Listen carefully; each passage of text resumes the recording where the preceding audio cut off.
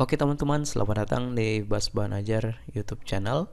Pada kesempatan kali ini, kita akan membahas latihan berikut ini.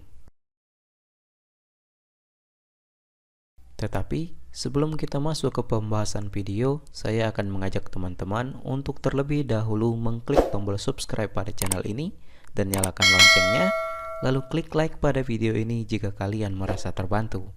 Oke, langsung saja kita masuk ke pembahasan videonya.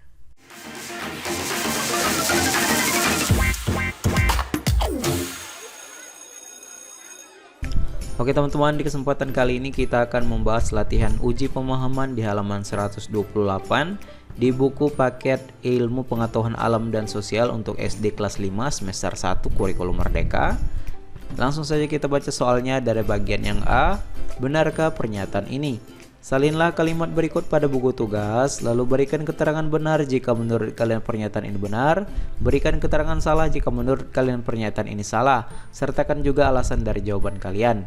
Di sini ada 5 pernyataan, kita akan mengidentifikasinya benar atau salah, kemudian alasannya apa. Dari nomor 1, bagian daratan bumi diistilahkan dengan hidrosfer. Jawabannya salah. Alasannya, bagian daratan bumi disebut dengan litosfer. Hidrosfer adalah lapisan. Nomor 2, proses penguapan air dalam siklus air hanya terjadi di laut. Jawabannya salah.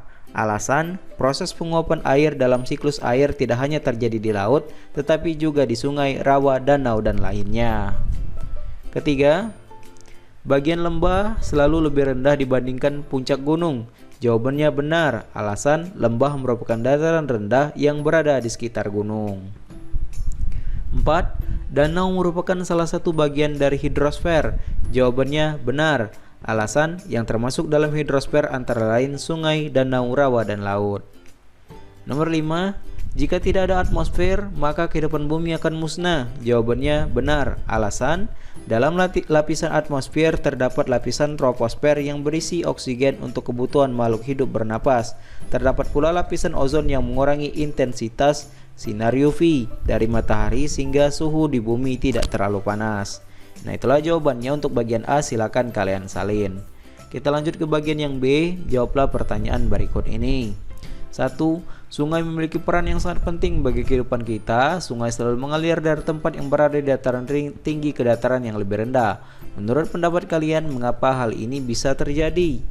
Jawabannya, pada dasarnya setiap materi yang memiliki massa akan terdampak oleh gaya gravitasi.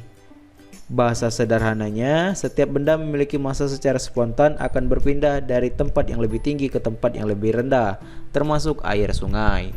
Itulah jawabannya. Kemudian nomor 2, menurut pendapat kalian apa yang akan terjadi jika seluruh air yang ada di permukaan bumi tidak dapat menguap dan membentuk awan? Apa nampaknya terhadap kehidupan manusia? Jawabannya nomor 2, jika seluruh air yang ada di permukaan bumi tidak dapat menguap, maka tidak akan ada awan yang terbentuk. Hal ini akan membuat tidak turun hujan. Akibatnya berbagai daerah akan mengalami kekeringan.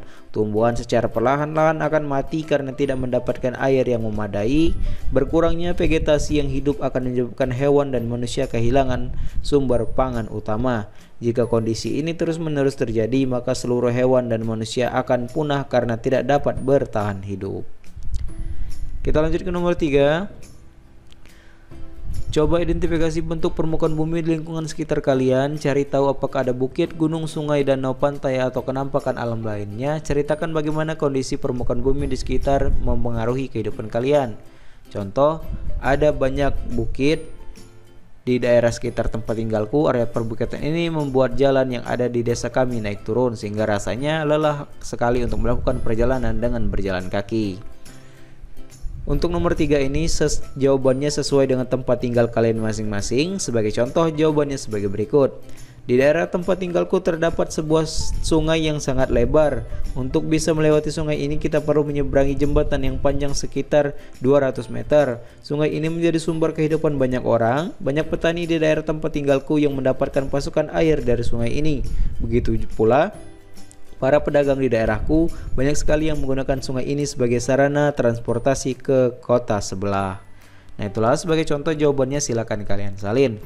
Dan mungkin sampai sini saja untuk pembahasan singkat kali ini. Semoga jawabannya membantu. Jika ada jawaban yang kurang jelas atau kurang kamu mengerti, silahkan kalian tanyakan di kolom komentar di bawah. Saya akhiri video kali ini dan sampai jumpa di latihan berikutnya.